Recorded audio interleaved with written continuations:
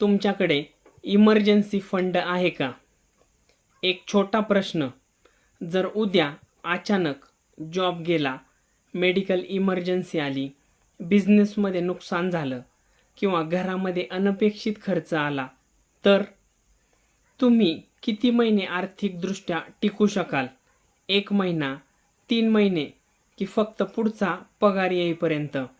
बहुतेक लोक इन्शुरन्स घेतात, इन्व्हेस्टमेंट करतात, पण इमर्जन्सी फंड तयार करत नाहीत आणि म्हणूनच छोटासा धक्कासुद्धा मोठ्या आर्थिक संकटात बदलतो. खरी फायनान्शियल सिक्युरिटी मोठ्या पगारातून नाही, तर इमर्जन्सी फंडमधून सुरू होते. जर तुम्हाला जाणून घ्यायचं असेल की तुमचा इमर्जन्सी फंड किती असायला हवा, तर कमेंटमध्ये सेफ लिहा. मी तुम्हाला फ्री इमर्जन्सी फंड कॅल्क्युलेटर आणि ब्लूप्रिंट पाठवेन आणि याच प्रकारच्या माहितीपूर्ण व्हिडिओसाठी नक्की फॉलो करा. धन्यवाद.